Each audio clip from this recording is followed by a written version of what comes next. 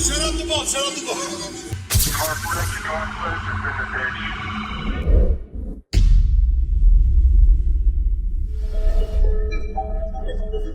At approximately 11:30 a.m. in Hudson, Wisconsin, a city about 25 miles east of Minneapolis along the St. Croix River, police received a report of a stolen gray Dodge 2500 pickup truck. The vehicle had been reported stolen from an auto repair shop in Deer Park during a theft. 4158, go ahead. X-ray over David 78353. X-ray over David 78353. 10-4. Dispatch to 4158. Go ahead. It is returning stolen from St. Croix County case. I believe it was from yesterday's case in Deer Park. Been reported stolen as part of a burglary at an auto shop. We're going 43. He's acting kind of fishy. He's trying to dodge me and driving around, so I want to try to take on him. 10-4. North on 13. 10-4, now northbound on 13. Dispatch all cars, all non-emergent traffic, switch over to ops. Non-emergent traffic, switch to ops. A license plate check confirmed the truck was stolen. Officers activated their emergency lights and sirens in an attempt to stop the vehicle.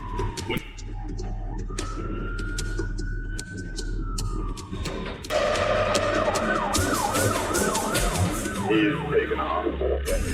10-4, 1080 in Hudson at 1112. The driver accelerated and fled. A pursuit began on city streets, but the situation quickly escalated when the suspect drove through a barbed wire fence and into an open farm field. Officers continued the pursuit at speeds of 50 to 60 miles per hour across rough terrain. 4144, I'm right behind 58. We're going eastbound on Vine. 10-4, now eastbound on Vine at 12.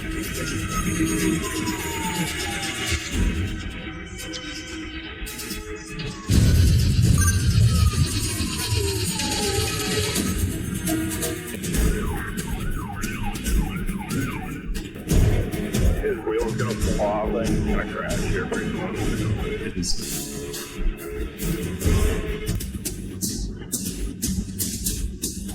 It looks like he's reaching for something. Occupied times 1, and his team reached down.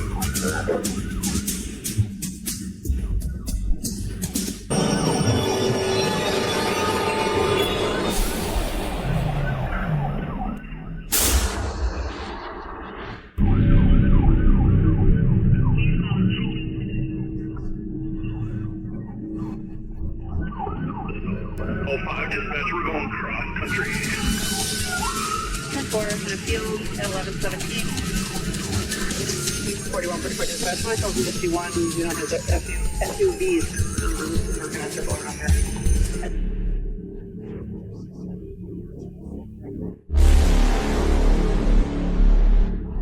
78805. Tell me when it gets to the interstate. I might be able to get the six off the bridge. For about half a mile out.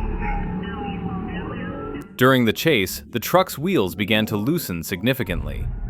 Officers observed the suspect leaning down inside the cab, appearing to reach for something. The vehicle continued moving despite severe mechanical damage, with heavy smoke pouring out. 27 Highlanders pulling at 827 Highlanders going behind the residence. 10-4, going behind the residence at 827 Highlander at 1120.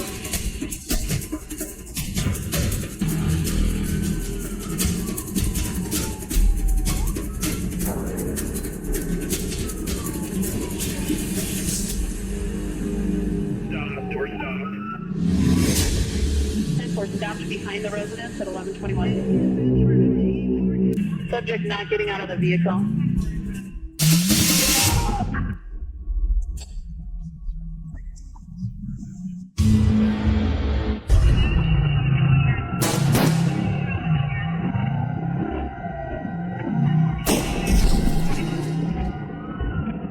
I heard.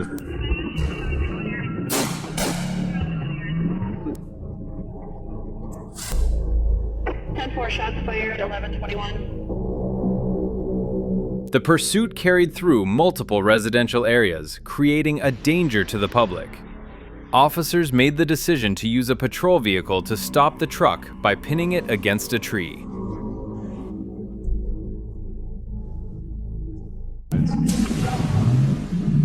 Investigators that had boxed him in.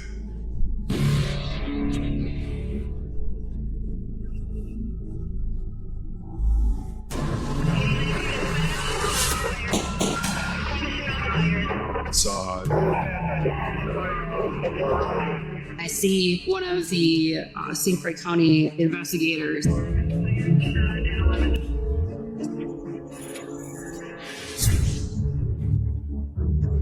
Then he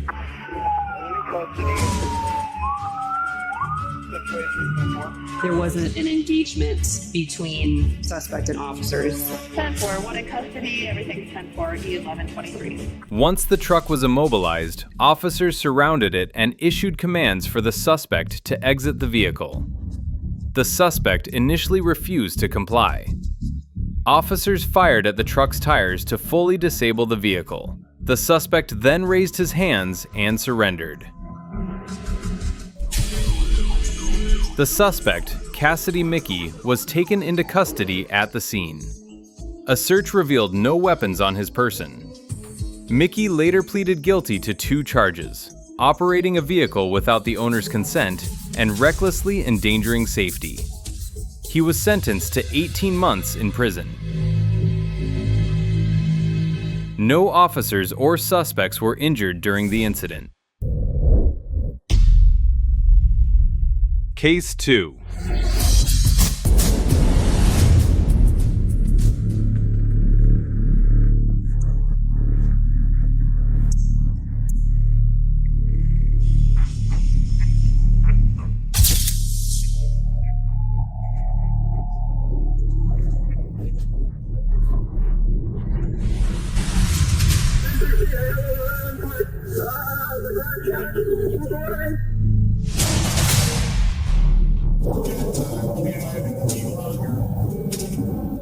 At approximately 3 p.m. in St. Petersburg, Florida, an officer was driving home after his shift when he noticed a highway patrol trooper conducting a traffic stop near the Gandhi Bridge.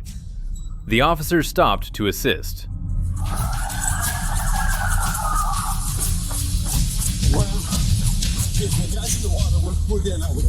there's a lot of yachts. Get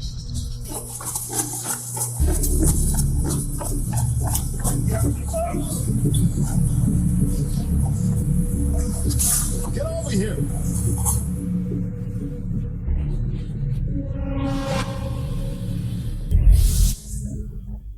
He's right across the racetrack and he's in the water. Hey, get over here.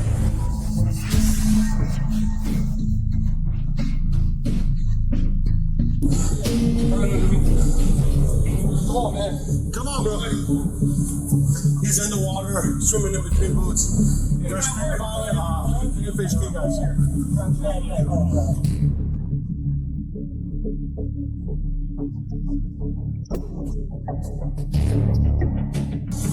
Yeah, 10-4, and we just need a boat. Listen, man, listen. Don't drown, man. You're not going anywhere. We're just working it. He's swimming in between the docks. You got a boat, bro?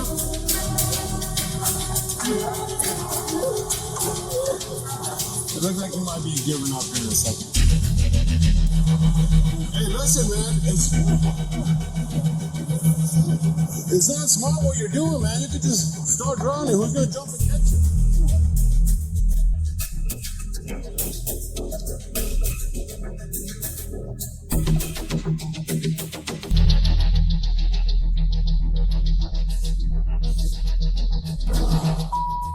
Jump to the next one. Jump to the next one. He's going over there. As he turned his vehicle around, he saw the trooper sprinting at full speed after a driver who had fled on foot. The suspect jumped over a 6-foot fence into a commercial area, continued running, and then leapt into the water near a marina.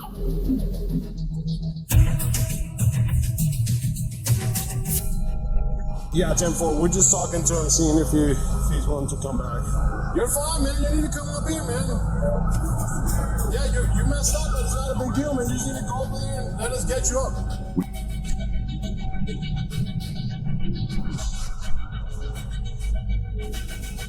No. Hey, come over here. That's it, dude. Don't swim out. The suspect swam back and forth between docks and hid underneath a pier. Multiple officers responded and began securing the area. The situation was dangerous because no one knew whether the suspect was armed. Poor decision. Just do it to him. Hey, bud. Just give him a life vest. Hey, we don't have a hold of it. Come here.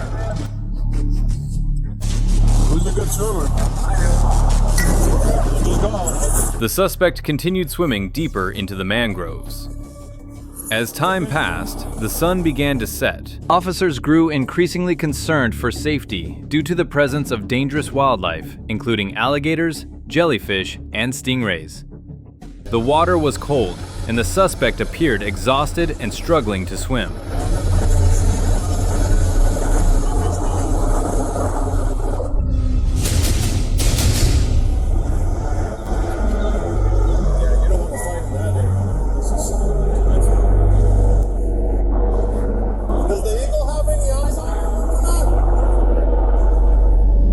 A helicopter was deployed with thermal imaging, but dense mangrove canopy prevented crews from locating the suspect.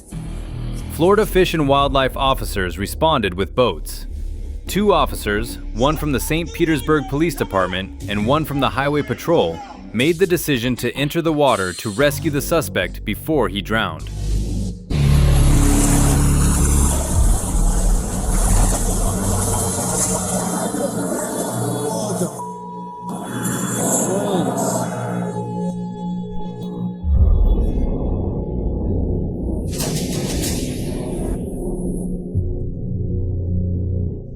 That's crazy. How the did you get in there?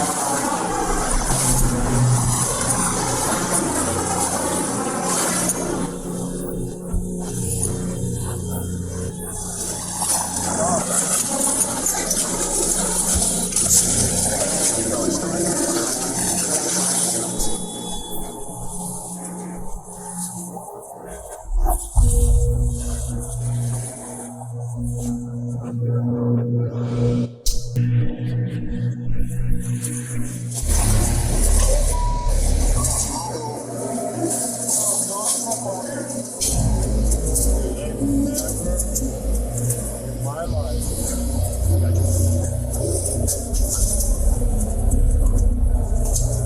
Give it up, bro. We're not leaving until you come out, man.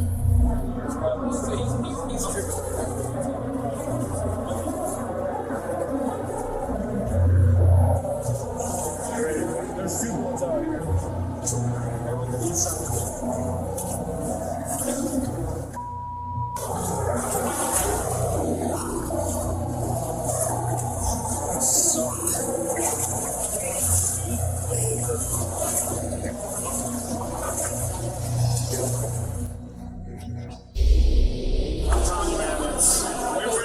An hour and a half? Yeah. And that's, they said we're going to pull out as soon as sunset. So, yeah.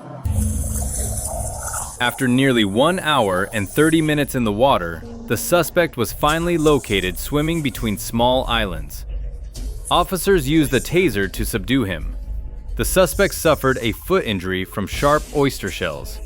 He was pulled onto a boat and transported back to shore.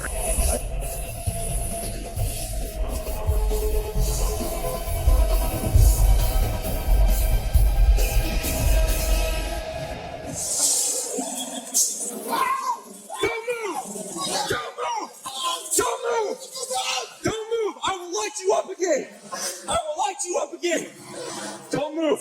Sit there. Pick your hands up. Hands up. Hands up. Hear a distinctive pop sound from what I knew to be a taser. You're fine. Get your hands up.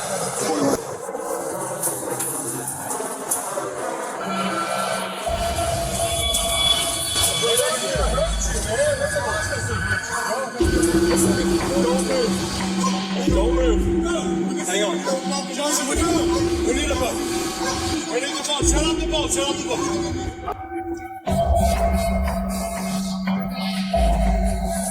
We didn't need rescue for like stitches.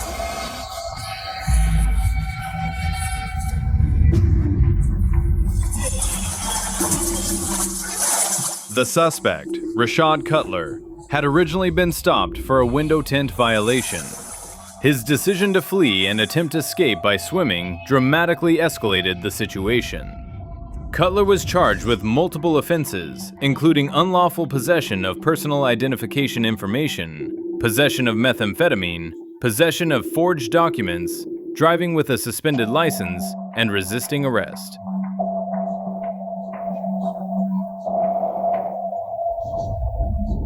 Cutler was sentenced to 297 days in jail. Case 3. Iowa, Fayette County. 2 back-to-back pursuits. On July 12, 2021, in Fayette, Iowa, a small town in the northeastern corner of the state, Officer Haig was working the evening shift from 6 p.m. to 2 a.m. She received a call about a theft at a gas station.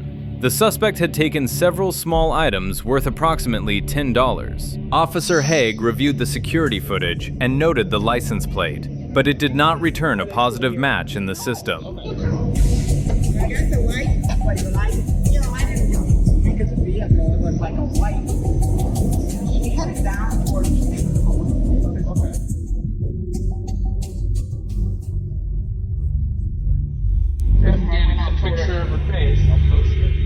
Probably didn't even amount to $10. About 90 minutes later, another officer reported a vehicle parked along Highway 150 and requested a welfare check. Officer Haig responded and discovered a white Jeep Cherokee matching the description from the earlier theft. The woman inside the vehicle was the same person seen in the surveillance video.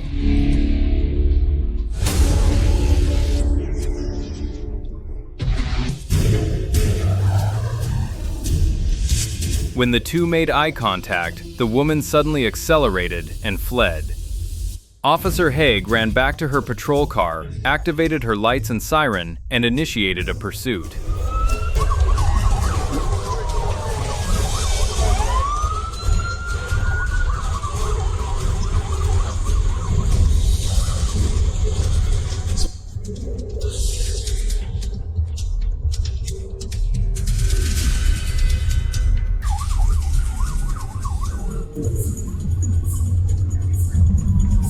In those situations, you just never know what's going to happen.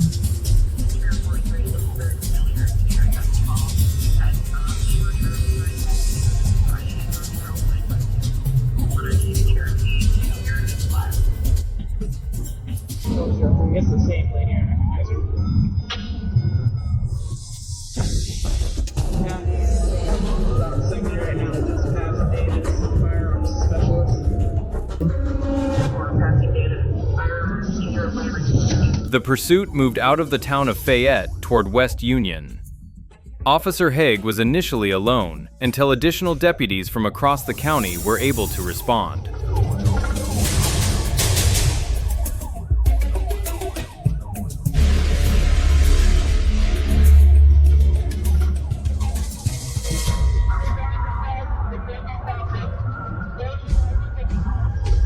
The front tires.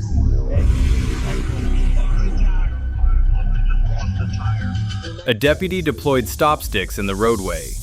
The Jeep drove over them, blowing out both front tires. One tire came completely off the vehicle, yet the Jeep continued driving for another 8 miles. So you try to do the best you can. The vehicle finally came to a stop near a nursing home in Fayette. Officer Haig ordered the driver to open the door, but the woman refused to comply and kept her hands locked on the steering wheel. The officer used her baton to strike the window.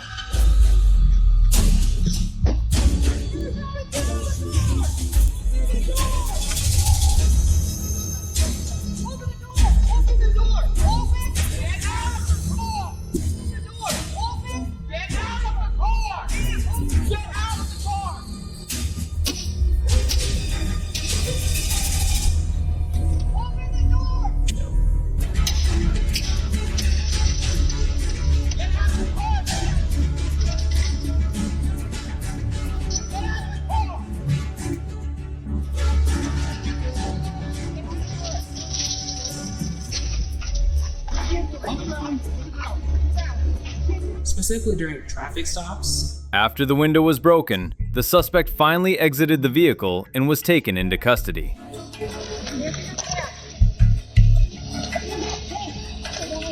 What are you doing? Driving? Why didn't you stop? Have the right to remain silent. And when you say cantaloupe, you get to the court.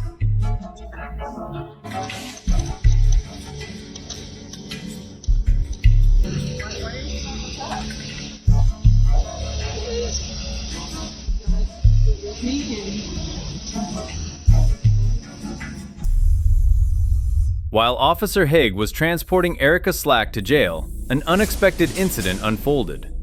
Another vehicle sped through the scene of the first pursuit, nearly striking officers who were still clearing the area.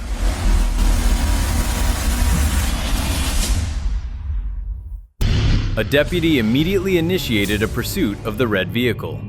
Officer Haig, who was returning from the jail and was the closest unit, heard the pursuit over the radio and joined in to assist.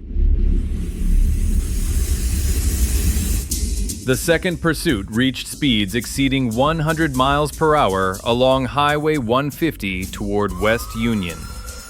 The vehicle ignored stop signs and red lights. And starting up another one. What's your speed? 404. County 404 Smash J, he's going 100 miles an hour.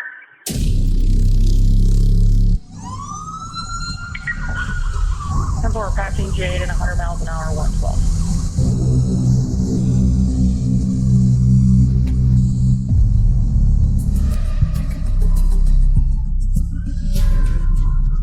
As the chase entered the residential area of West Union, the driver attempted to evade officers by cutting through side streets. The vehicle eventually entered a dead end. Realizing there was no exit, the driver drove through the front yards of nearby homes. I know we have to get this vehicle stopped soon.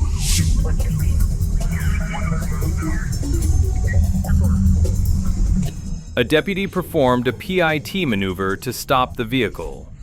The suspect vehicle lost control and collided with a patrol car. After the impact, the vehicle continued moving, swaying violently across the roadway.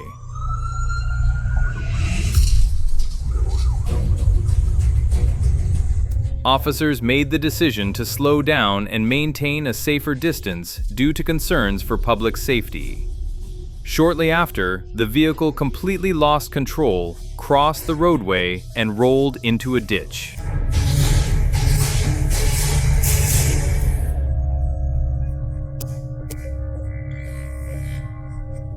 Officers surrounded the overturned vehicle and issued commands for the occupants to raise their hands. Both the driver and passenger complied and were pulled from the vehicle.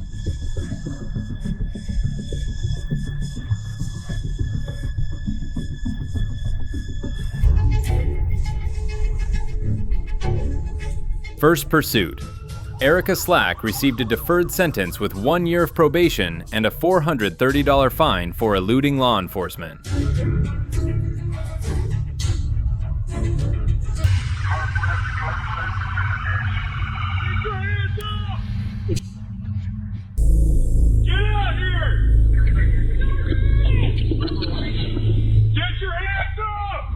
Second pursuit.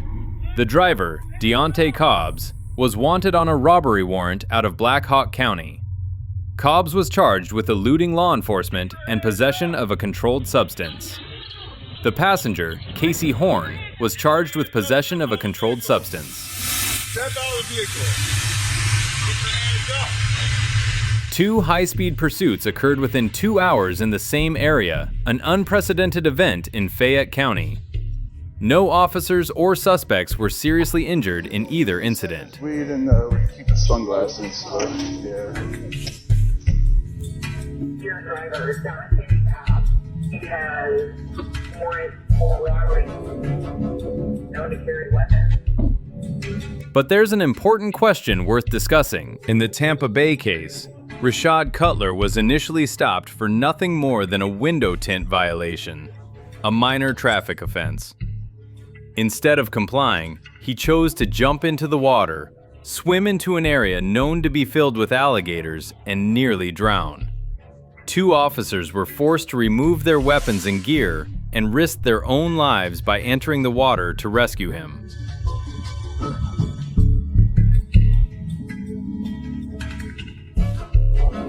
That raises the question: should police be expected to risk their lives to save a suspect who is intentionally putting himself in danger to avoid the law? Or should he be left to face the consequences of his own choices? Leave your opinion in the comments. And if you want to see more real-world body cam cases like this one, subscribe to the channel so you don't miss the next video. Thanks for watching.